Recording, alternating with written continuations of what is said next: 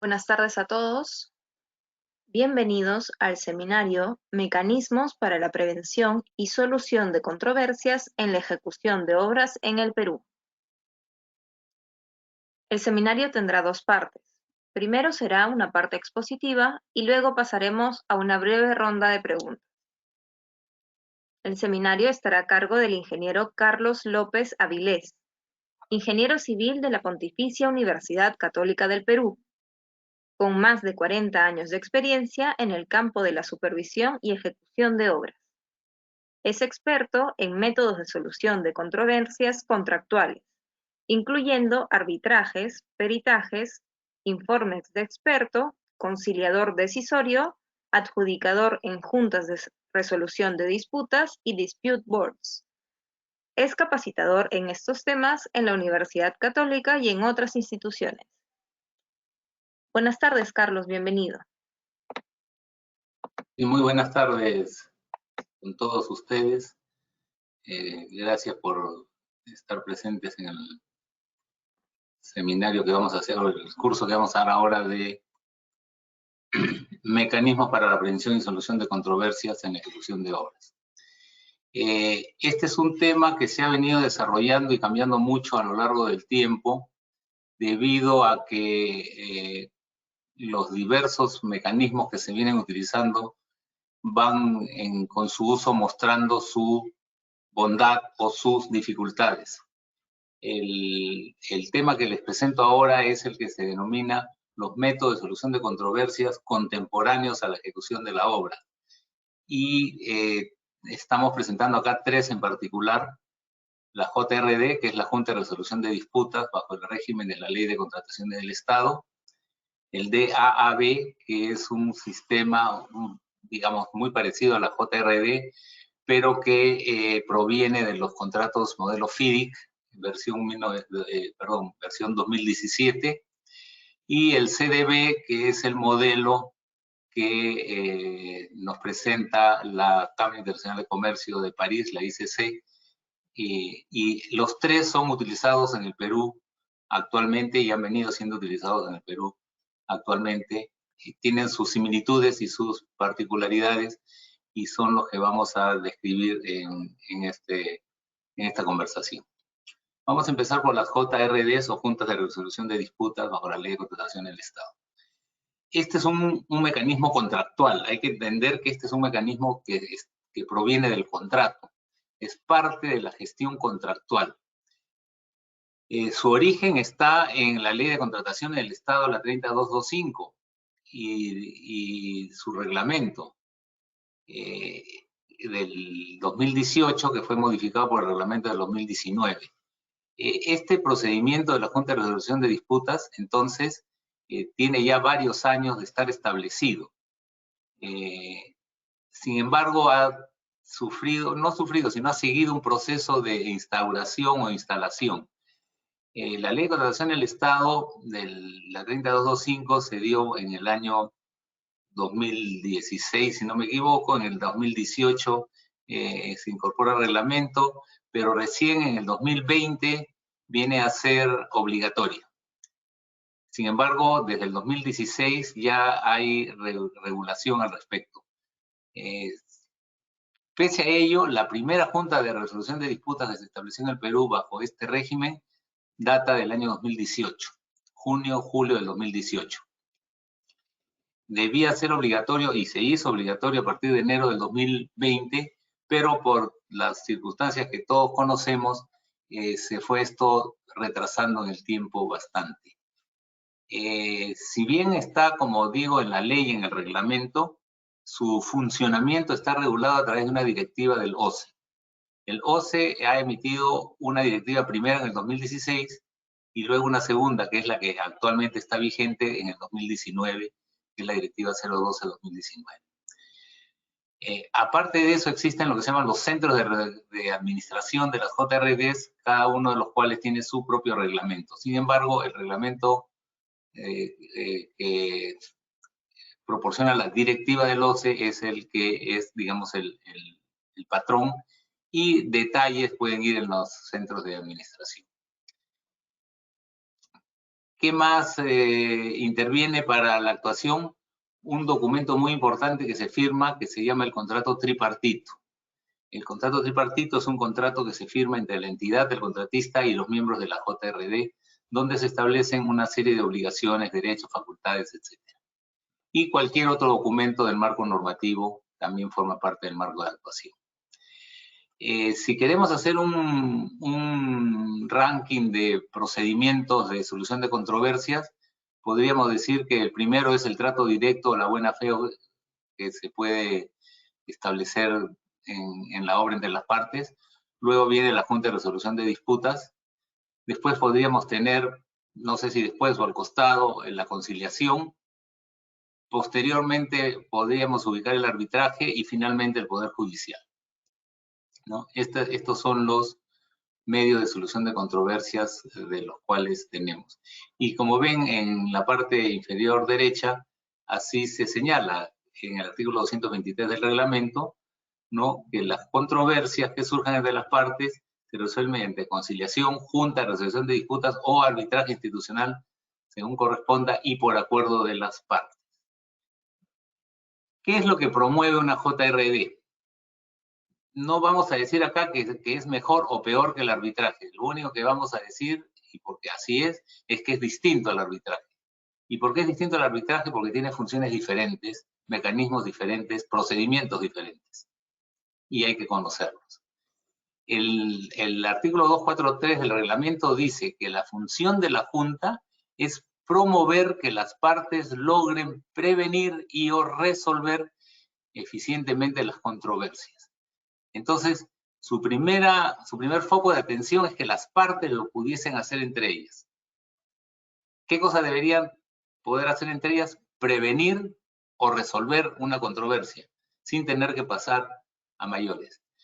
Pero si no se lograse, entonces la Junta pasa de la función previsoria, que la llamamos en la terminología la función consultiva, a la función decisoria, en la cual tiene que resolver. ¿Y cuál es el periodo durante el cual actúa la Junta? Desde el inicio del plazo hasta la recepción de la obra. La Junta acompaña a la obra de manera contemporánea durante todo el proceso de ejecución de la obra. Debe instalarse cuando la obra empieza y terminará cuando la obra es entregada. Esa es la vigencia de la participación de la JRD, ¿no?, hasta la recepción de la obra. Entendiendo la recepción de la obra, habiendo pasado por las etapas de verificación del comité de recepción, observaciones, levantamiento de observaciones. Una vez que se firma el acta de recepción, en ese momento cesa la participación de la Junta de Resolución de Disputas. ¿Cómo se conforma? ¿Cómo se conforma la Junta? A los miembros de la Junta les estamos denominando adjudicadores, ¿no? Son adjudicadores. Y tienen que tener un perfil profesional acorde con lo que la Ley de Contratación del Estado, las directivas de OCE y el propio Centro de Administración disponga. En términos generales, podemos decir que los requisitos, llamémosle formales, los requisitos legales, son los siguientes. Si la Junta es de un solo miembro, y después explicaré cuándo es de uno o de tres, si la Junta es de un solo miembro, necesariamente tendrá que ser ingeniero o arquitecto, ¿no? Un miembro único no puede ser de otra profesión que no sea ingeniero o arquitecto. Y se le exige que tenga, por lo menos a nivel conocimiento en la normatividad aplicable al contrato y conocimiento en las normas de contrataciones del Estado. La normatividad nacional aplicable al contrato, ¿qué es lo que significa esto? Por ejemplo, que si es una obra de saneamiento, no vamos a escoger pues un ingeniero electricista. Si es una obra de carreteras, no vamos a escoger un arquitecto, ¿no? Tiene que ser alguien que tenga conocimiento en la parte técnica de las normas que se aplican a ese contrato. Y en general también a las contrataciones del Estado. Pero cuando la Junta es de tres miembros, de acuerdo a los fronteras presupuestales que señala la reglamentación, cuando la Junta es de 3, se exige lo siguiente, que quien presida la Junta sea ingeniero o arquitecto, como en el caso del miembro único, pero si fuesen 3, los otros 2 miembros, lo que el reglamento exige que sea experto en ejecución de obras. Y esa es la terminología que usa, experto en ejecución de obras. Uno podrá preguntarse, bueno, los expertos en ejecución de obras son pues los ingenieros y los arquitectos, ¿no? Y entonces surge la pregunta, ¿un abogado podrá ser miembro de una junta de resolución de disputas? Hay bastante discusión al respecto. Por ejemplo, el Colegio de Ingenieros, que tiene un centro de administración de juntas, ha optado por solo considerar en su listado de registro de adjudicadores ingenieros y a nadie de ninguna otra profesión. Mientras que hay otros centros, como por ejemplo el centro de la Universidad Católica y otros más en el interior del país, que en este momento ya hay una cantidad importante de ellos, tiene tanto ingenieros como arquitectos como abogados. Como les digo, hay opiniones en un sentido y en otro. Alguien dice, pero ¿cómo un abogado va a ser experto en ejecución de obras? Mi opinión personal, pero vuelvo a reiterar, hay gente que puede opinar diferente. Mi opinión personal es que si la norma hubiera deseado que los 3 fueran ingenieros o arquitectos, lo hubiera dicho, ¿no? Si la Junta tiene miembro único, ingeniero arquitecto, y si tiene 3, ingenieros arquitectos. Pero no ha dicho eso, ha dicho, si es miembro único, ingeniero arquitecto. Y si es 3, el presidente, ingeniero o arquitecto, y los otros, expertos en ejecución de obra. Es decir, ha abierto la puerta a otras profesiones, pero siempre que esa persona tenga expertise en ejecución de obras. Cada cual, cuando designe a su miembro de una junta de resolución de disputas, tendrá que tomar en consideración esta situación. Además, estos profesionales, desde el punto de vista de su perfil, aparte de estos que acabo de señalar, que son, digamos, académicos o de conocimientos, también tienen que tener otro tipo de habilidades éticas, ¿no? El poder actuar con probidad, ¿no? El poder actuar de buena fe y sobre todo independientes e imparciales de las partes. Independientes e imparciales de las partes. Esto es sumamente importante. Es tan importante que el proceso de designación de los miembros de una junta de resolución de disputas no es igual al de los árbitros. Cuando se designan árbitros, una parte nombra uno y la otra parte nombra al otro y ellos 2 nombran al presidente. En las juntas no es así. Cada uno de los 3 miembros tiene que contar con la aceptación de las 2 partes. Y eso es un requisito fundamental para el tema de la conformación.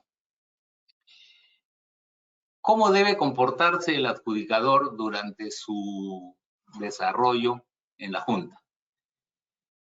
Hay muchos puntos interesantes que la directiva señala y que yo quiero resaltar.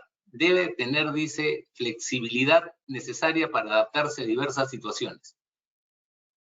Si bien hay una serie de procedimientos establecidos, pero el marco general es que la Junta podrá hacer aquello que sea necesario para adaptarse a determinadas situaciones particulares que pudieran presentarse.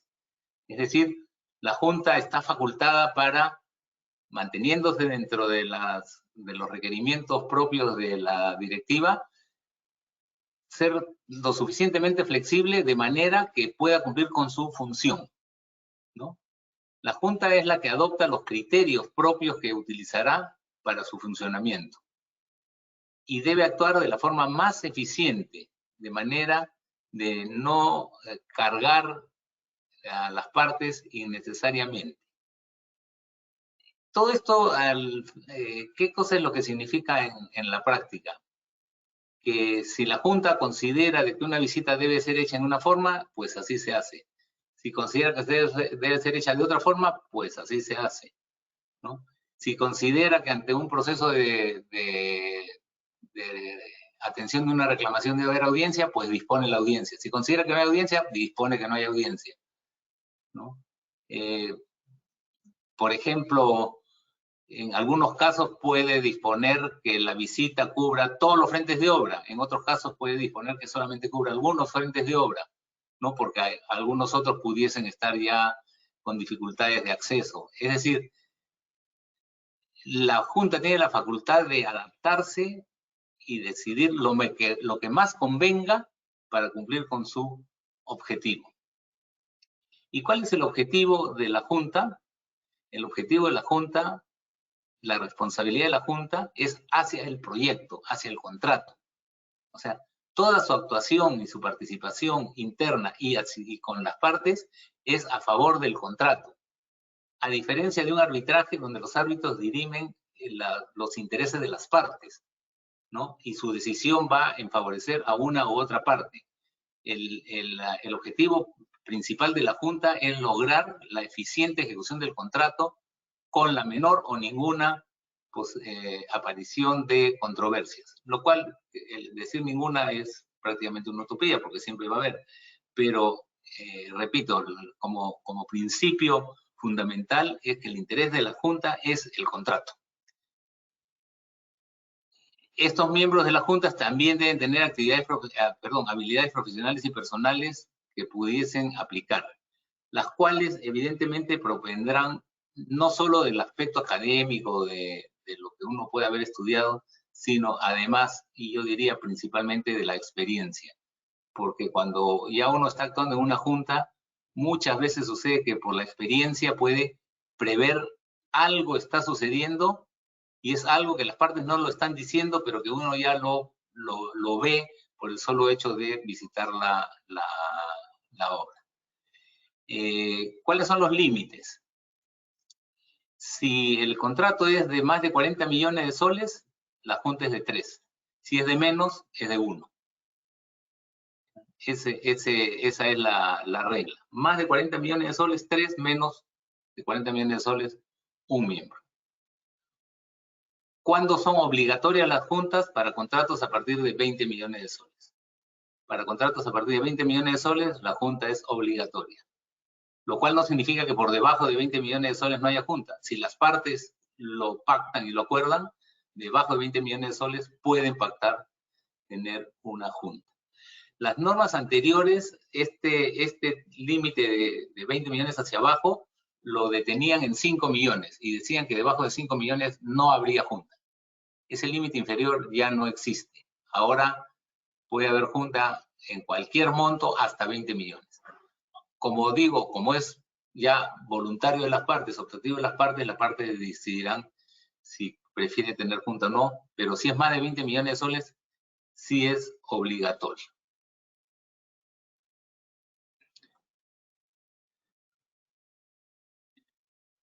¿Cuáles son las funciones?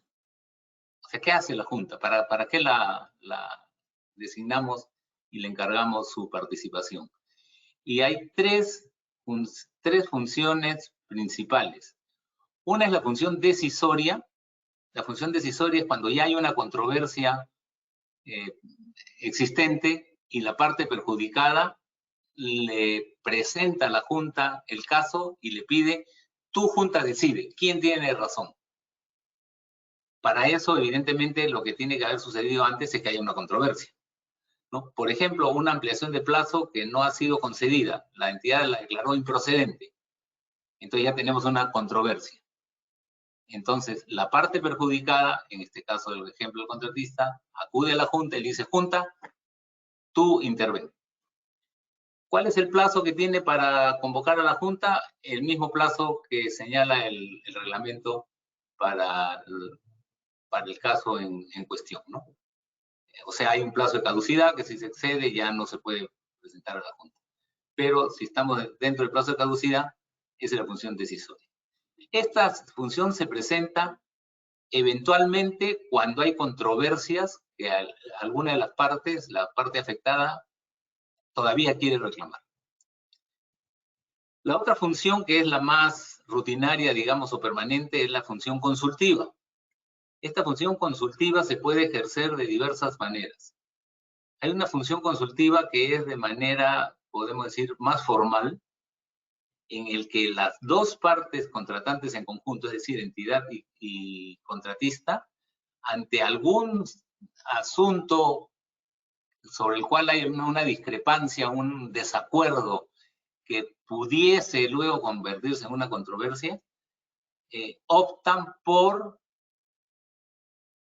presentar el caso a la Junta para que la Junta emita una opinión. Entonces, la función decisoria termina con una decisión, mientras que la función consultiva termina con una opinión. Y además tenemos otra función que es la que se da durante las visitas que se hacen a la obra. Las juntas visitan las obras todos los meses o en la periodicidad que las partes decidan. Lo que todas optan es por la periodicidad mensual. Y durante esas visitas, pues la obra se recorre, se conversa, se tiene una reunión con las partes y durante la reunión pueden haber lo que se llama una suerte de asistencia informal. Lo interesante de este tema es que cuando la Junta ha emitido una decisión, esta es vinculante y obligatoria de inmediato. Mientras que cuando la Junta ha emitido una opinión, la opinión no es vinculante. Es decir, las partes la escuchan, si la consideran válida, la aplican, y si a alguna de ellas no le parece, pues no la aplican. Entonces, la opinión no obliga a las partes, es no vinculante. Pero lo interesante del caso es que tampoco es vinculante para la propia Junta. Si esa situación que dio origen al pedido de opinión luego se convierte en una controversia, si la Junta ya había emitido una opinión, no queda obligada por esa misma opinión cuando tenga que resolver la controversia. ¿Por qué? Porque pudieran haber pasado algunas cosas más durante ese lapso entre que se pidió opinión hasta que se volvió controversia, porque pudiesen haber otros elementos de juicio.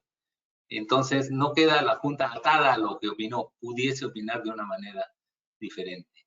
La diferencia también entre la función decisoria y la consultiva es que la consultiva es muy rápida, muy rápida. El reglamento dice que en 7 días hay que emitir una opinión, mientras que la función decisoria más o menos toma unas 8 semanas entre que se presente el pedido hasta que la Junta emite una decisión. Sin embargo, 8 semanas, comparado con lo que dura actualmente un arbitraje, es evidentemente una gran ventaja, ¿no?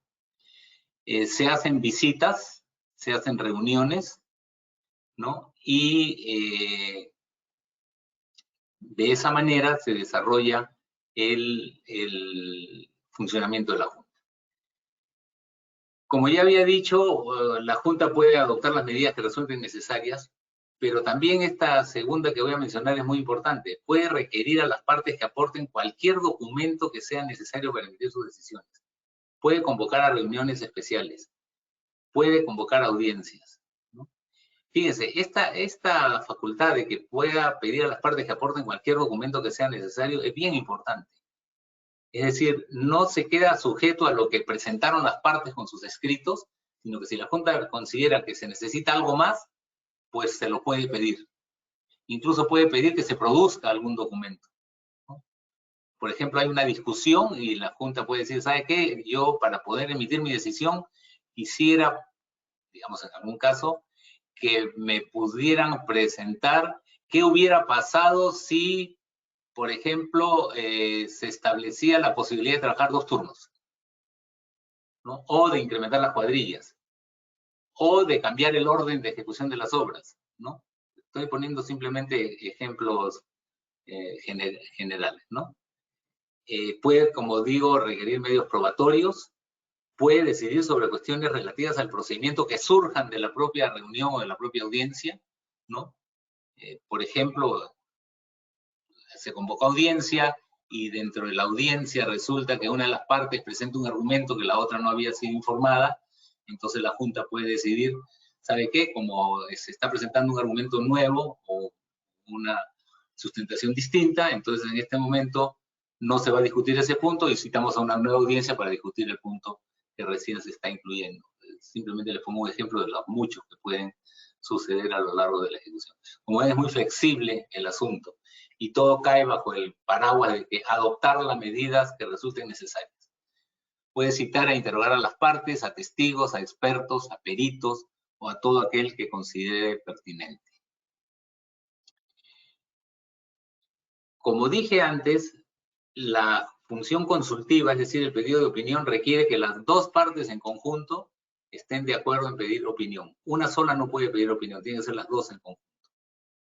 Pero pudiera suceder que durante la ejecución de las visitas y de las reuniones, la Junta toma conocimiento de una situación que a su juicio ameritaría que se le pida opinión.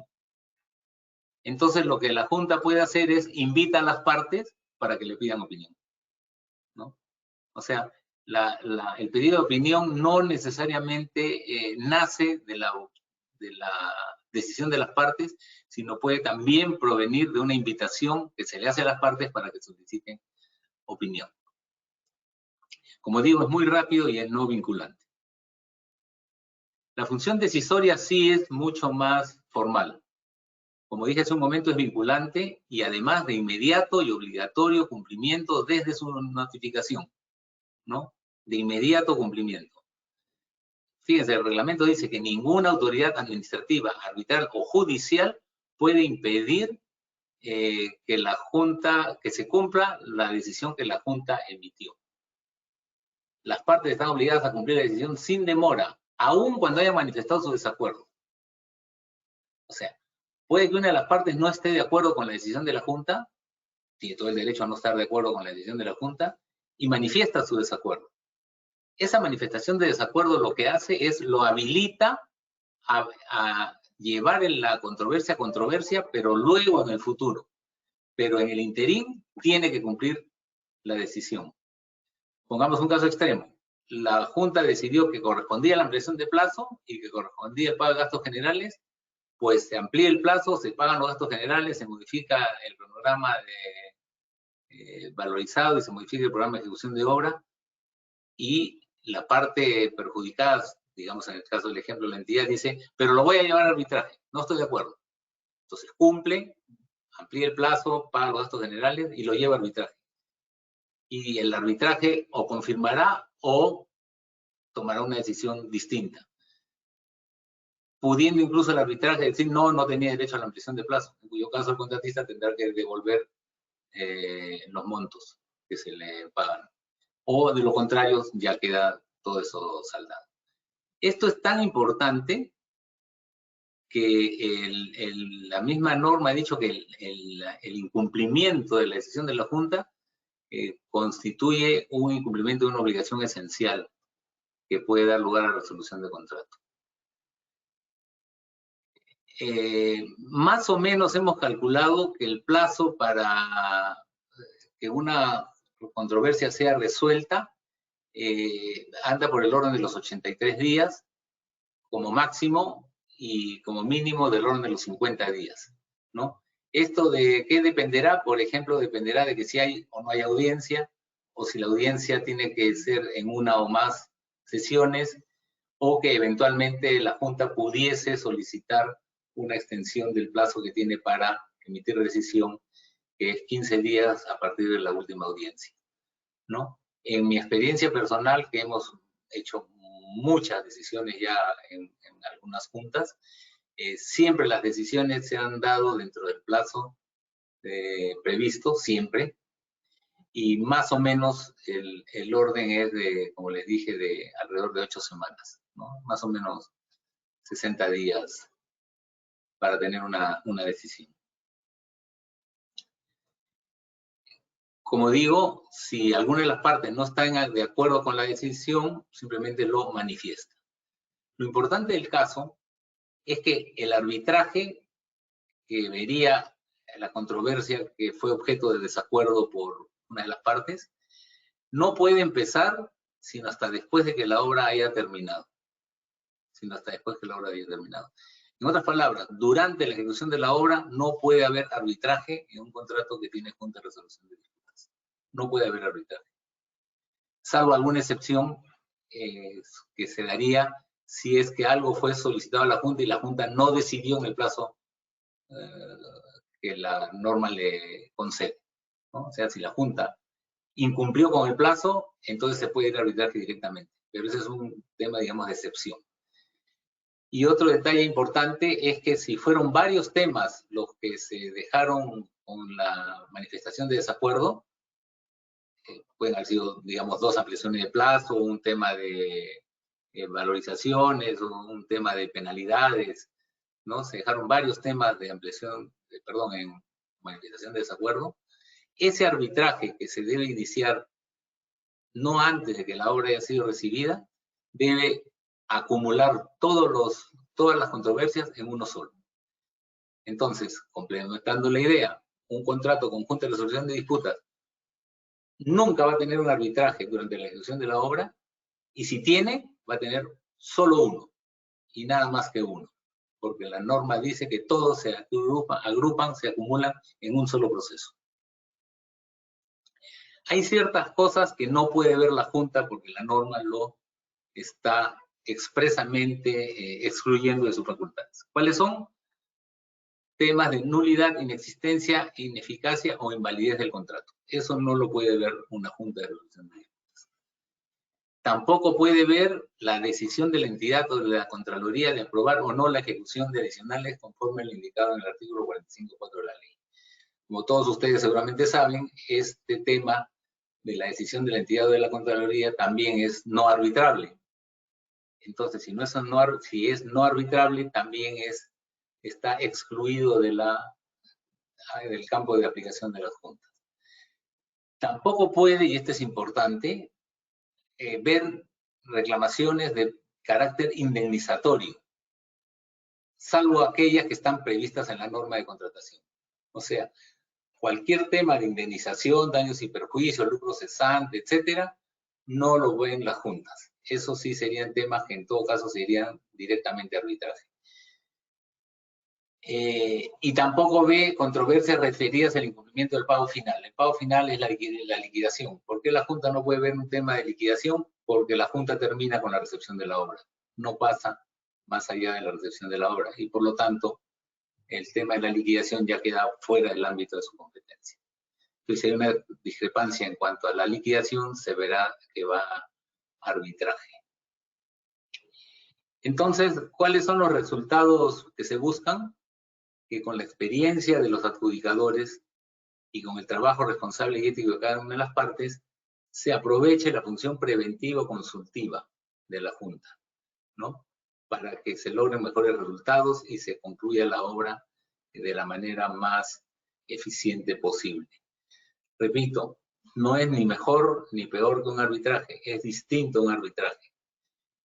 Los elementos fundamentales que marcan esta distinción con el arbitraje, en primer lugar, es la contemporaneidad de la Junta con el proceso de ejecución de obra.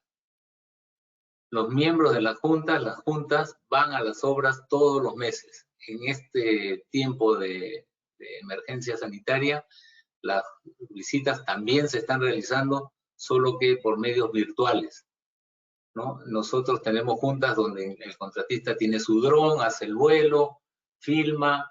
En otros casos, digamos, que pueden ser unas estructuras o algunas que no se puedan ver con un dron, pues hacen filmaciones, fotografías, y de esa manera mantienen informados a las juntas de lo que está sucediendo. Entonces se realizan lo que se llaman visitas virtuales. Dicho sea de paso, ha colaborado, digamos, es bastante eficiente si está bien hecho por los que hacen la presentación y la preparación del material, es bastante eficiente, pero además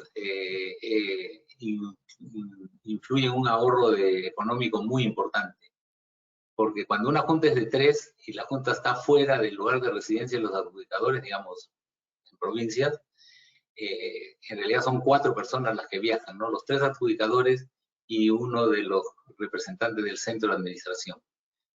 Voy a hablar del centro de administración un poquito dentro de un momento. Y entonces estamos hablando ahí de 4 pasajes, de 4 reservas de hotel, de 4 viáticos, lo cual es un costo que las partes tienen que evidentemente asumir, ¿no? Sin embargo, las ventajas son evidentes a favor de una junta respecto de un proceso arbitral o evidentemente un proceso judicial, ¿no? ¿Qué más quería decirles sobre este asunto? El centro de administración. Los centros de administración son instituciones que tienen que cumplir ciertas características o ciertos requisitos. Después vamos a pasar ya a lo que se muestra en la pantalla. Ciertos requisitos para su funcionamiento. En el Perú es prácticamente el único lugar en el mundo donde existen centros de administración para juntas. Los modelos que vamos a ver a continuación, que son los que se muestran en la pantalla, el DAB y el CDB, ¿no? También son, digamos, formas de juntas, pero que no utilizan centros de administración. No utilizan centros de administración. El Perú sí ha optado por el centro de administración. ¿Qué cosa es un centro de administración? Es una institución que debe tener por lo menos 4 años de experiencia como institución arbitral. Hay otros requisitos, de ser persona jurídica, tener ambientes físicos, oficinas, personal, etcétera, y que cumple funciones muy importantes. ¿Qué cosa hace el centro de administración? Vamos a enumerar. Primero, mantiene lo que se llama el registro de adjudicadores. Cada centro de administración escoge, designa a las personas profesionales que tienen que tener las características que ya señalamos para incluirlas en un registro, el registro de adjudicadores propio de ese centro de administración. Entonces, cuando las partes contratantes en el contrato o luego de firmar el contrato deciden, acuerdan acudir a un determinado centro de administración, porque es obligatorio que acudan a uno, al que las partes quieran, pero tienen que acudir a un centro de administración. Entonces, los adjudicadores, si son 3, o el adjudicador, si es 1, necesariamente tiene que provenir de la lista de adjudicadores en el registro del centro. No es como el caso de los árbitros, que yo no necesito nombrar un árbitro que tenga que estar en un registro en particular. En el caso de las juntas, sí. Las partes, por ejemplo, pactaron que iban a usar el centro de administración de la Universidad Católica, pues los adjudicadores los tendrán que escoger de la lista de adjudicadores de la Universidad Católica. Y si quieren el Colegio de Ingenieros, pues el del Colegio de Ingenieros. Y en provincias hay ya bastantes centros, cada centro maneja su propio registro. Por lo tanto, es una responsabilidad muy grande del centro el incorporar en la lista de adjudicadores a una u otra persona, porque son las personas que van a actuar como adjudicadores. ¿Qué otra función le pide la norma al centro? Le pide la función de archivo. Tiene que guardar todo lo actuado durante 10 años. No son los adjudicadores los responsables de la custodia, digamos, del expediente, sino los centros de administración. ¿Qué más tiene que tener un centro de administración? Un código de ética que sea aplicable a sus adjudicadores. Además, el centro de administración tiene que cumplir algunas funciones administrativas, como hacer determinados reportes con la periodicidad que el OCE ha determinado, ¿no? De las actuaciones de la Junta, las decisiones que emiten, tienen que cumplir la función de presentar estos reportes al OCE. ¿Qué más se le exige? Que tenga ambientes adecuados, ¿no? Para el manejo documentario y oficina. Pero aparte de esto, que son, digamos, las que están explícitas en la norma, hay una serie de otras funciones que son implícitas en su propio manejo. Por ejemplo, todo lo que es el control documentario, el recibo y traslado de documentos, que son parte de los procedimientos, la comunicación con las partes para determinar, por ejemplo, la fecha de los viajes, la reserva de los aviones cuando haya que viajar, ¿no? La reserva de hotel en los días en que se tiene que pernoctar fuera del lugar de residencia, las coordinaciones de las movilidades que se tienen que utilizar, el traslado de los expedientes al lugar de la obra, etcétera. Todo eso lo hace el centro. Y para eso, para cada junta en particular, el centro asigna un secretario en particular. ¿ya? Un secretario en particular. ¿Qué más hace? Tiene que hacer las actas. Cuando se hace una visita hay que hacer un acta. Cuando se hace una audiencia hay que hacer un acta. Las actas las hace el centro. Y el centro es el que se encarga de tramitarlas y entregarlas. En este momento que las audiencias y las reuniones son virtuales, el centro es el que proporciona las plataformas de comunicación que se van a usar para la actuación de las juntas. Bien, esto es un resumen un tanto apretado de lo que son las juntas, sus funciones, los miembros de las juntas y lo que se espera de ellas. Existen en el Perú o se utilizan en el Perú por lo menos otros dos tipos de mecanismos equivalentes a los de la Junta, pero con ciertas particularidades. Estos son los que se llaman el DAAB, que son las siglas en inglés de Dispute Avoidance Adjudication Board, y CDB, que es lo que en inglés significa Combined Dispute Board. La primera podríamos decir que es una junta de disputas de adjudicación y prevención, y la segunda es una junta de disputas combinada. El DAAB proviene del contrato FIDIC, el CDB proviene de los reglamentos de la Cámara Internacional de Comercio de París. ¿Por qué les digo que son usadas en el Perú? Porque en el Perú se firman muchos contratos bajo el modelo FIDIC. Prácticamente todo contrato que proviene de un financiamiento externo, llámese Banco Mundial, BID, JICA, y hay una gran cantidad de contratos que tienen convenio de préstamo. Estos convenios de préstamo establecen el uso del contrato FIDIC generalmente. Y el contrato FIDIC tiene dentro de su clausulado una cláusula específica para el Dispute Avoidance Adjudication Board, que es lo que se aplica. En este momento, por ejemplo, algunos de los contratos que provienen de los procesos gobierno a gobierno que tanto se han comentado últimamente, que ya se están aplicando, han optado por usar el contrato FIDIC y por lo tanto están optando por usar el Dispute Avoidance Adjudication Board, ¿no? Por ejemplo, si no me equivoco, las obras del aeropuerto de Chincheros, en su clausulado, tienen el Dispute Avoidance Adjudication Board. Mientras que hay otros contratos que otros proyectos, perdón, que utilizan como contrato, por ejemplo, el modelo NEC, que fue el que se usó en los Juegos Panamericanos.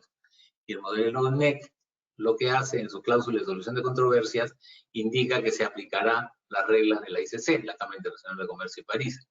Entonces, Reconstrucción con Cambios, la Autoridad para la Reconstrucción con Cambios, ha optado por ese modelo de contrato y por lo tanto está optando por las juntas bajo las reglas de la ICC. Por lo tanto, es importante conocer estos dos mecanismos también en adición a los de las JRD, las juntas bajo la Ley de Contratación del Estado. Antes de entrar al detalle, debo decirles que en lo general, los tres, JRD, DAAB y CDB, son bastante equivalentes. Solo difieren en algunos detalles, pero que no dejan de ser importantes. Primera gran diferencia, ninguno de estos dos, DAAB o CDB, utiliza centro de administración. Como les decía, los DAAB provienen de los modelos FIDIC, ¿no? Seguramente para muchos ya no es desconocido que es un modelo FIDIC, sin embargo, no quiero dejar de decir dos o tres palabras alrededor de esto. Los libros FIDIC son libros o modelos de contrato estándar de uso internacional muy difundido, muy difundido. FIDIC tiene incluso más de 100 años ya de establecido. Tienen la particularidad de denominar a los libros por el color de su tapa. Entonces se habla del libro rojo, el libro amarillo, el libro plateado, el libro dorado, el libro esmeralda, el libro verde, etc., ¿no? Los más importantes, los que más se utilizan, son el rojo, el amarillo y el plateado. El rojo es el contrato a precios unitarios, ingeniería proporcionada por el propietario. El amarillo es un contrato de diseño y construcción. Y el plateado es el contrato llave en mano. Hay un libro dorado que es el contrato llave en mano con operación asistida, ¿no? La principal característica de estos libros es que tiene por lo menos tres partes. lo que se llaman las condiciones generales, las condiciones particulares y los datos del contrato. Las condiciones generales, por ejemplo, las entidades cooperantes dicen, no se modifican. Todos mis contratos son con las condiciones generales tal cual FIDIC las ha escrito en sus libros. Dicho entre paréntesis, FIDIC al conjunto de sus libros le llama el arco iris de FIDIC porque tiene pues todos los colores, ¿no? Entonces, si bien estas condiciones generales no se modifican, sí se pueden hacer ajustes en lo que se llaman las condiciones especiales, ¿no? Entonces, en condiciones especiales, determinadas cláusulas de las condiciones generales se pueden ampliar, modificar, incluso eliminar. Y en datos del contrato ya solamente van números o denominaciones especiales. Por ejemplo, puede decir en condiciones generales, habrá que pagar un adelanto equivalente al porcentaje que se indique en gastos del contrato. Entonces uno va a gastos del contrato, busca el número de la cláusula y ahí dirá, por decir, 20%. O pudiese hacer que en la cláusula de las condiciones generales dice, se dará un adelanto y en condiciones especiales se pone no aplica, lo cual significa que no habrá adelanto. FIDIC, como les digo, en el mundo ya tiene más de 100 años y a diferencia de nuestra ley de contratación, el Estado no cambia cada 2 años, ¿no? Si no, ya hubiera cambiado pues 50 veces, ¿no? Los cambios son muy, muy espaciados en el tiempo, luego de mucha experiencia, como digo, a nivel mundial. Entonces, en el libro, en el año 2017, o sea, ya van a ser 3 años y un poco más, hubo un cambio muy importante en todos los libros FIDIC, ¿no? El set de libros previos era del año 1999. Y en el 2017 incorporaron una serie de cambios trascendentales.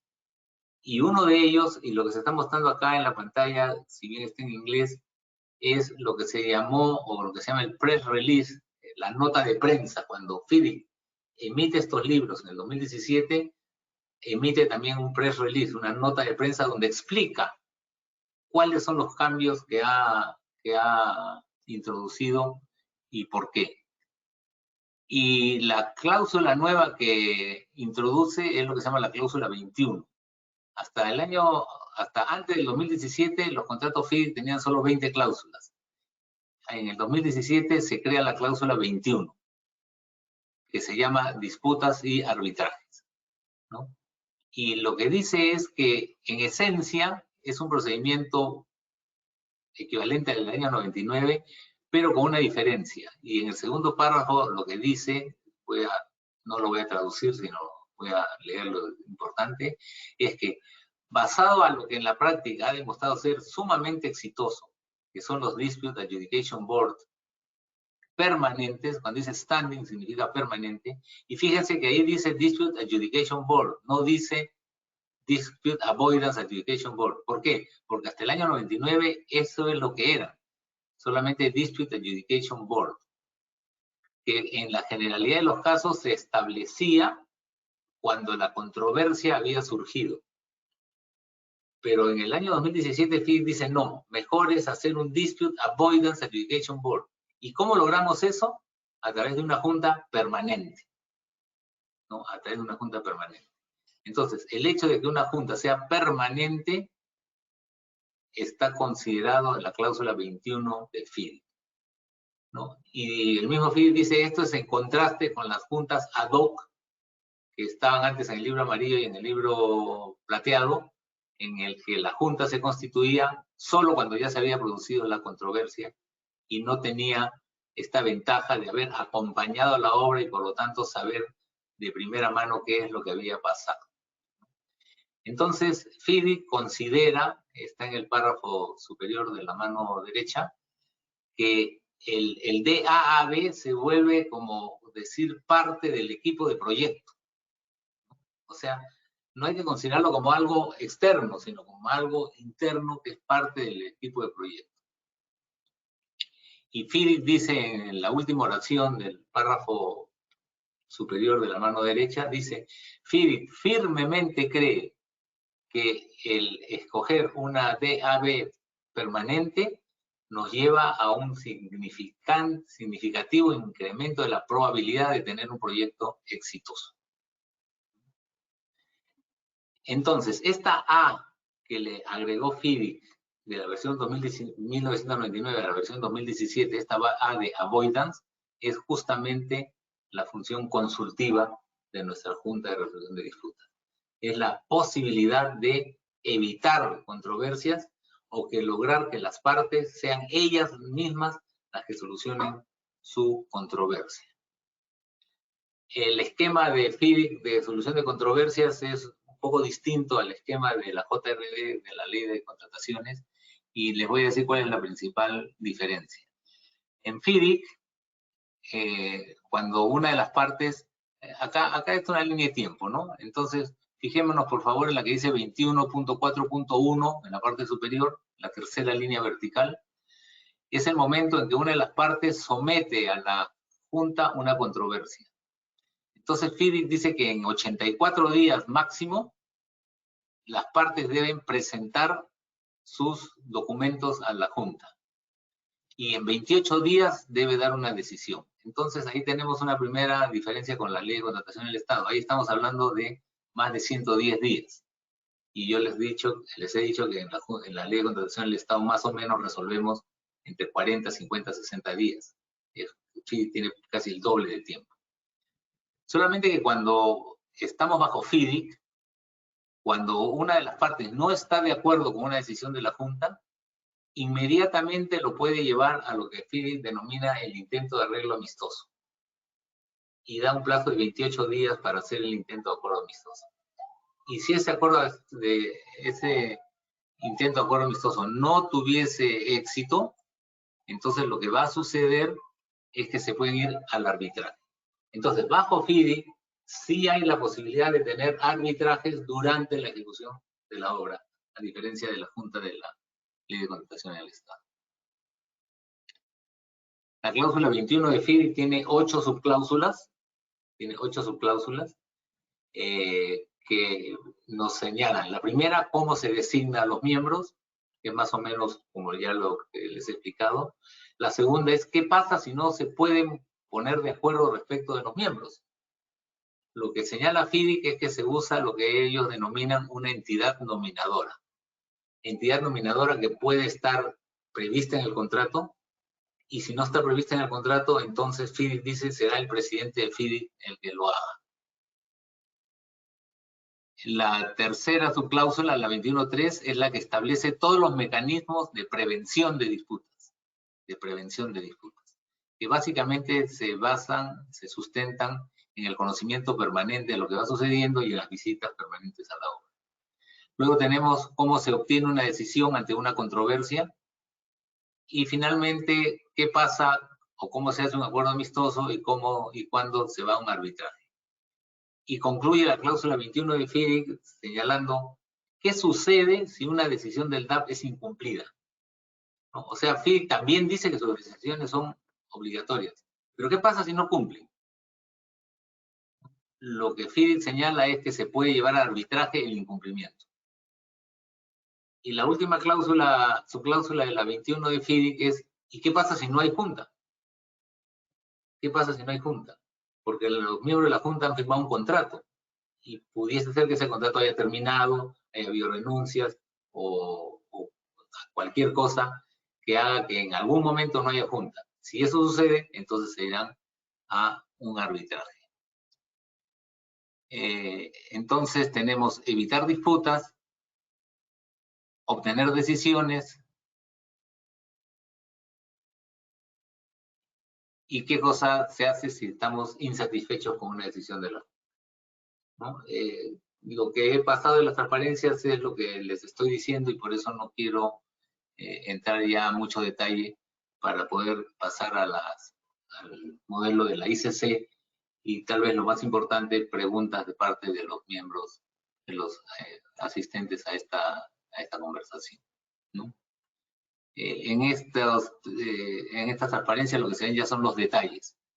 Cuándo se hace, en qué plazo se hace, cómo se envía, a quién se le envía, etcétera. No es menester de la presente charla entrar a esos detalles. El acuerdo amistoso y finalmente el arbitraje.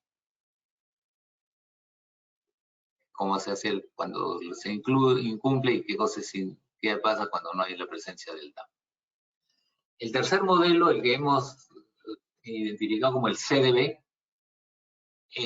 proviene de esta publicación de ICC, que se llama Reglamento Relativo a los Dispute Boards, ¿no? Esta publicación de la ICC, cualquiera de ustedes lo puede encontrar rápidamente y sin costo. Entran a la página web de ICC y buscan el reglamento relativo a los Dispute Boards y lo bajan y lo imprimen. Ahora, si tienen alguien que se los dé esto tipo librito, en buena hora, pero si no, igual lo pueden imprimir o lo pueden tener en su disco duro y lo revisan. ICC también tiene un reglamento, pero fíjense, en el caso de FIDIC, el reglamento o las consideraciones de la DAAB eran parte del contrato. En este, lo que es parte del contrato es que vamos a usar el reglamento, pero el reglamento en sí mismo no está en el contrato, está en esta publicación. ICC identifica tres formas distintas de junta, ¿no? Tres formas distintas. En el texto del reglamento les llama en general a cualquiera de las tres un DB, un Dispute Board, pero luego los caracteriza. Y la primera que caracteriza es la que se llama el Dispute Review Board, o sea, le agrega esa letra R intermedia entre la letra D y la letra B. Entonces es un Dispute Review Board. Y acá simplemente señalar lo siguiente. El nombre de estos procesos está en inglés, como pueden ver ustedes. Si bien todo el texto está en castellano, pero el nombre de la junta está en inglés, Dispute Review Board. Después vamos a ver que el otro es Dispute Adjudication Board y el último es Combined Dispute Board. ¿Por qué? Para evitarse el problema de que las traducciones en un país u otro pudieran ser diferentes, ¿no? Porque la misma cosa se puede definir como junta de resolución de disputas, junta como resolución de conflictos, junta de resolución de controversias, etc. En el Perú le pusieron junta de resolución de disputas y con ese nombre se ha quedado. Pero ICC no quiere entrar al problema de las traducciones, entonces Dispute Review Board se acabó. ¿Qué hace un Dispute Review Board? Emite recomendaciones. Es decir, la función consultiva de la Junta de Resolución de Disputas del Perú es la función que tiene un Dispute Review Board de la Cámara Internacional de Comercio de París, ¿no? Y acá se señala cómo se procede. Y es sensiblemente igual al procedimiento de la Junta de Resolución de Disputas del Perú, de la JRD. Las dos partes lo tienen que pedir, puede haber asistencia informal durante una visita, etc. Ese es el Dispute Review Board. Y lo que emite, repito, son recomendaciones. ¿Ya? El detalle con las recomendaciones bajo el reglamento de la ICC es que no es vinculante, pero hay un plazo para decir que no se está de acuerdo. Y si nadie dice en ese plazo que no está de acuerdo, entonces se vuelve vinculante. La recomendación se vuelve vinculante. Es algo que en la JRD del Perú no sucede. Las partes no tienen que decir que están de acuerdo o no con una opinión. Y la opinión desde el principio es no vinculante y permanece siendo no vinculante todo el tiempo. Pero si estamos bajo ICC, cuidado. Reciben una opinión, no están de acuerdo, tienen que decir que no están de acuerdo, porque si no, se vuelve vinculante. El otro modelo es el Dispute Adjudication Board, que es la que emite decisiones. La función decisoria de la JRD es esta. La que para para la ICC se llama DAB, Dispute Adjudication Board. Es sensiblemente equivalente al anterior, al Review Board, con la diferencia que el Review Board emite recomendación y el Adjudication Board emite decisión. Y la decisión cumple los mismos objetivos que ya señalé en la presentación anterior. Y finalmente ICC dice, bueno, y si las partes quieren, nombren un Dispute Board que haga las dos cosas. Que emita recomendaciones o que emita decisiones. Entonces, por eso se llama Combined Dispute Board. Un Dispute Board combinado, ¿no? El Dispute Board combinado, el Combined Dispute Board, es el equivalente al DAAB de FIDIC o a la JRD de la Ley de Contratación del Estado. Entonces, como ven ustedes, el esquema internacionalmente funciona sensiblemente de la misma manera, salvo detalles. Como acá ICC le da a este Dispute Board la facultad de recomendar o de decidir, entonces tiene algunas cláusulas, digamos, de cuidado, es decir, que si lo que hemos establecido en el contrato es un Combined Dispute Board, ¿no? Ante el proceso de que una de las partes acude al Combined Dispute Board, tiene que dejar clara y expresamente señalado si lo que está pidiendo es recomendación, o si lo que está pidiendo es decisión, para que no quepa duda. Si estamos ante un Dispute Review Board, no hay duda, porque el Dispute Review Board solo da recomendaciones. El Dispute Adjudication Board solo da decisiones. El Combined Dispute Board puede dar una u otra de acuerdo a lo que le pidan. Entonces la ICC dice, muy bien, con claridad di qué estás pidiendo. ¿Revisión o decisión? Luego hay recomendaciones generales para los Dispute Board. Acá, si ustedes se percatan, ya no usa DAB, DRB o CDB, sino solamente DB, porque todo lo que sigue aplica a cualquiera de las tres modalidades de Dispute Board. Y básicamente son los que se han tratado antes. Acá sí el tema de la confidencialidad es muy importante, ¿no? Se exige la confidencialidad de todo el proceso, ¿no? No se puede hacer público. Luego ICC nos indica cómo son las reuniones y visitas al sitio, en qué consiste la prevención de desacuerdos, la asistencia informal para los desacuerdos, ¿no? Cómo es el proceso para obtener una decisión. Está claramente señalado todo el procedimiento y por lo tanto, si estamos en un contrato donde por contrato nos han dicho que tenemos que irnos a las reglas de la ICC, pues tenemos que conocer las reglas de la ICC, ¿no? No apliquen o no piensen que todos son iguales, porque no son todos iguales. Entonces uno tiene que saber en cuál está. Porque pudiera darse el caso que cualquier adjudicador pueda estar a la vez en un contrato bajo JRD, en otro bajo FIDE y en otro bajo ICC. Y para cada uno tiene que desempeñarse de acuerdo a él.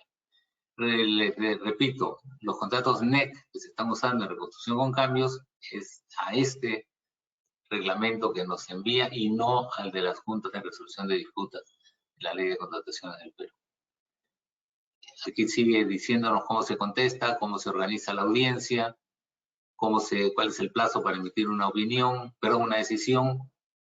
El artículo 23 se lo voy a comentar inmediatamente, pero porque es distinto. ¿Qué debe contener la decisión? ¿Cuándo se debe emitir? ¿Cómo se debe enviar? El artículo 23, que es examen de las decisiones por el centro, ICC tiene un centro, ¿no? Un centro especializado que lo que hace es examina el proyecto de decisión que los miembros de la Junta han elaborado antes de que sea emitido, pero solamente para asegurar cuestiones de forma, nada más.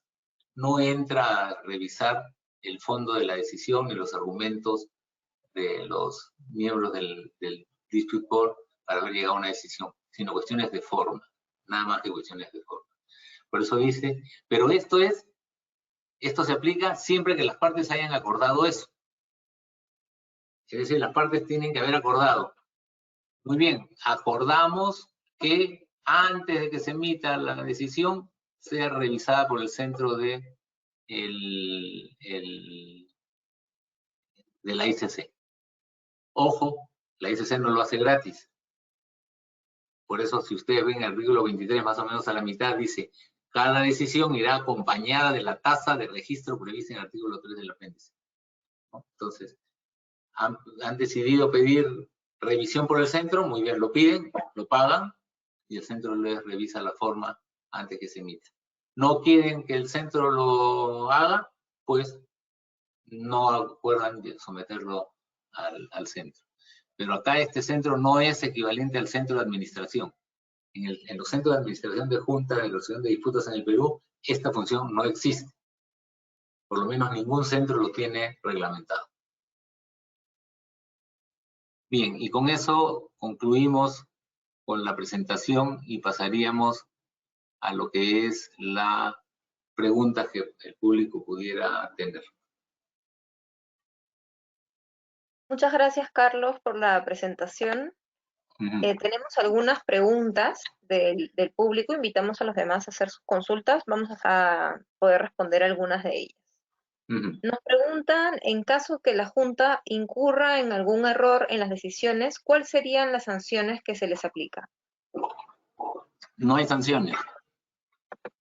Hemos visto que hay un artículo que dice que ninguna autoridad administrativa, ni arbitraje, ni judicial puede modificar una decisión de la Junta. Ahora, pudiese haber algún error de tipo, llamémosle tipográfico, de cálculo, que amerite corregir la decisión, pero eso no es corregir el fondo de la decisión, sino corregir algún error que se pueda haber cometido. Por ejemplo, pueden haber copiado mal la fecha de una carta, pueden haber copiado mal el número de una resolución, pueden haberse equivocado en sumar 4 números, pero sin cambiar. Pero no hay... Si una parte considera que la Junta se ha equivocado, pues lo que hace es manifiesta su disconformidad y lo somete a arbitraje posteriormente. Acá quiero hacer una precisión que es bien importante de tener presente. El arbitraje no es para revisar la decisión. El arbitraje es para ver la controversia. En otras palabras, los árbitros ven toda la controversia, no la decisión. La decisión, incluso pudiesen los árbitros ni siquiera mirarla. De acuerdo, gracias. Nos han compartido un caso para ver qué se podría hacer en este caso, ¿no? A ver. Mencionan que hay una empresa que ha construido un edificio que rompe la armonía de la zona. Ha hecho 8 pisos en lugar de 5. El suministro eléctrico está seriamente afectado en el lugar donde se está haciendo por una grúa enorme. Los malos olores de los baños son terribles y han habido robos importantes. ¿Hay opción a hacer algo para detener estos abusos contra esta empresa? ¿Se podría llevar o qué medidas se podría tomar de repente? Bueno, ese es un tema totalmente extraño y ajeno al manejo de la Junta. La Junta lo que ve es controversias entre las partes contratantes, ¿no? Perfecto, queda solamente claro. Entre las partes contratantes. De acuerdo, gracias. Incluso quiero agregar, porque a veces algunos creen lo contrario y no es así, la Junta no tiene tampoco ninguna influencia sobre el contrato del supervisor. Sí sobre las actuaciones del supervisor que hubieran podido generar controversias, pero no sobre el contrato del supervisor en sí mismo. Perfecto, queda mucho más claro entonces. ¿Una junta podría resolver controversias por mayores costos por mano de obra o equipo parado? Si el contrato de ejecución se precisara que no se admiten este tipo de reclamos, por ejemplo, contratos de Provías Nacional. No sé en qué términos están esos contratos de Provías Nacional, pero yo diría en general que, ¿no? Bajo la ley de contrataciones, los temas que quedan fuera del ámbito de las facultades de la Junta ya los hemos señalado. Ineficacia, inexistencia o nulidad del contrato, decisiones de la Contraloría y reclamaciones de carácter indemnizatorio, ¿no? Yo diría, sin referirme en particular a Provías o a ningún otro ente, porque no entro en casos específicos, que si la reclamación tiene ese carácter de indemnizatorio, no lo puede ver la Junta. Sin embargo, no hay que dejar de tener presente que bajo la ley de contratación del Estado, cuando hay una ampliación de plazo, puede haber afectación de costos directos. Entonces, eso sí lo puede ver la Junta. Pero si esos costos que se reclaman no estuviesen relacionados con una ampliación de plazo, probablemente, y lo hablo en términos generales, probablemente estarían quedando fuera de la jurisdicción de la Junta. Perfecto, muchas gracias. Nos consultan si podrías explicar el contrato a precio unitario modelo FIDIC incurso en el Red Book, en el libro rojo. Uy, eso sería para una conferencia completa. Pero bueno, puedo darles algunas ideas. El contrato a precios unitarios del libro... De repente, ¿no? Sí, de forma general. Como les dije antes, los tres principales libros, rojo, amarillo y plateado, todos tienen 21 cláusulas. Las 21 cláusulas son equivalentes entre uno y otro, salvo las particularidades propias de cada contrato, ¿no? Cuando manejemos estos contratos en el Perú, debemos tener presente que las terminologías que usan, como son contratos de uso uniforme internacional, no necesariamente tienen que coincidir con la terminología nuestra. Por ejemplo, en un contrato FIDIC, sea rojo, amarillo, plateado o dorado, no van a encontrar el término prestación adicional, no van a encontrar el término deductivo, no van a encontrar el término ampliación de plazo, no van a encontrar el término mayores gastos generales. Lo que van a encontrar es la cláusula variaciones, van a encontrar la cláusula extensión del tiempo, van a encontrar la cláusula afectación de los costos en general, sin precisar si son de una naturaleza u otra. Esa es una, no diferencia, pero una precaución especial que hay que tener. Otra cosa que podríamos destacar del libro rojo y del amarillo y del plateado es la distribución de riesgos, ¿no? Conforme el color va cambiando de rojo a amarillo, de amarillo a plateado, más cantidad de riesgo es trasladada al contratista. En el libro rojo, el riesgo trasladado al contratista es menor que en el libro plateado, y en el plateado es menor que en el libro, menor que en el amarillo, y en el amarillo menor que en el plateado. Entonces hay que analizar muy bien cuál es el nivel de riesgo que están asumiendo. Y además FIDIC usa unas frases que pueden orientarnos. Por ejemplo, dice que las situaciones que un contratista experimentado, ¿no?, razonablemente pudiera haber podido prever, ¿no? Entonces, es un término bien amplio, ¿no? Porque primero habría que determinar qué cosa es un contratista experimentado y qué es lo que razonablemente se podía prever. En otro caso, en la cláusula de controversias de estos libros, dice que habla de lo que se llama el aviso anticipado. En el modelo NEC se habla de lo que se llama las alertas tempranas, y señala que el contratista tiene que dar aviso, ¿no?, desde que supo o debió haber sabido de una situación en particular que pudiese afectar sus costos y sus tiempos. Perfecto, gracias, Carlos. Si en el interín de la decisión de la Junta se resuelve el contrato, ¿la decisión de la Junta sería ineficaz? No. La Junta decidirá sobre una controversia que ha sucedido antes, ¿no? Sobre una controversia que ha sucedido antes. Entonces, si luego se resuelve el contrato, pues seguramente la decisión que la Junta adopte en lo que tendrá una influencia será en la liquidación del contrato. Pero no sería ineficaz por sí misma por el solo hecho de que esto sucedió, ¿no? Ya, perfecto. Tenemos unas dos últimas preguntas. ¿Cómo no? Porque todos quieren ver el debate. Sí, la primera sería si la Junta puede entrar en la ampliación del plazo. Sí, Y la claro. segunda sería si la Junta puede entrar después de la entrega de la obra. Ya. Primero, ampliación de plazo es prácticamente el principal motivo de controversias que las juntas ven, ¿no? Por ejemplo, yo soy miembro de una junta en la cual me han pedido 14 veces que emita decisión, y en cada decisión han incorporado a veces hasta 3 o 4 ampliaciones de plazo. Entonces podría decir que lo que más hay son pedidos de ampliación de plazo, ¿no?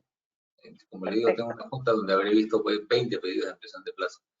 Ahora, después de la recepción de la obra, ya la Junta no puede participar. Por ejemplo, ¿qué cosa quedaría fuera de la Junta, pero quedaría, digamos, dentro del arbitraje? Por ejemplo, vicio oculto o la liquidación del contrato. Perfecto. Bueno, muchas gracias, Carlos, por resolver las preguntas, por la exposición y por darnos este amplio panorama de las juntas y de todo lo que ello conlleva, ¿no? Sí, agradecemos a nombre de Capeco y gracias a todos los asistentes por conectarse el día de hoy. Los invitamos a seguirnos en nuestras redes sociales para estar al tanto de los eventos que venimos haciendo durante el año y para invitarlos a los siguientes eventos que mostraremos a continuación. No sé si quisieras dar unas palabras finales, Carlos, para ir ya cerrando este evento. Sí, yo las palabras finales que le doy a todos los interesados, contratistas sobre todo, es que las juntas o los mecanismos DAP o CDB ya han llegado para quedarse. Entonces, no es cuestión que solamente los adjudicadores deban de conocer todos estos temas, sino también los usuarios. ¿Y quiénes son los usuarios? Son las entidades y los contratistas. O sea, no Perfecto, basta que los adjudicadores conozcan, sino que las partes que van a utilizar el mecanismo también lo conozcan. exacto. Todos tienen que estar al tanto para Así es. hablar el mismo lenguaje. Uh-huh. Perfecto. Muchas gracias, Carlos, y Gracias gracias a también a todos por Cafeco asistir. por darme la oportunidad de difundir estos asuntos tan importantes para la mejor marcha de los proyectos. Buenas Perfecto. tardes con todos. Buenas tardes y hasta la próxima.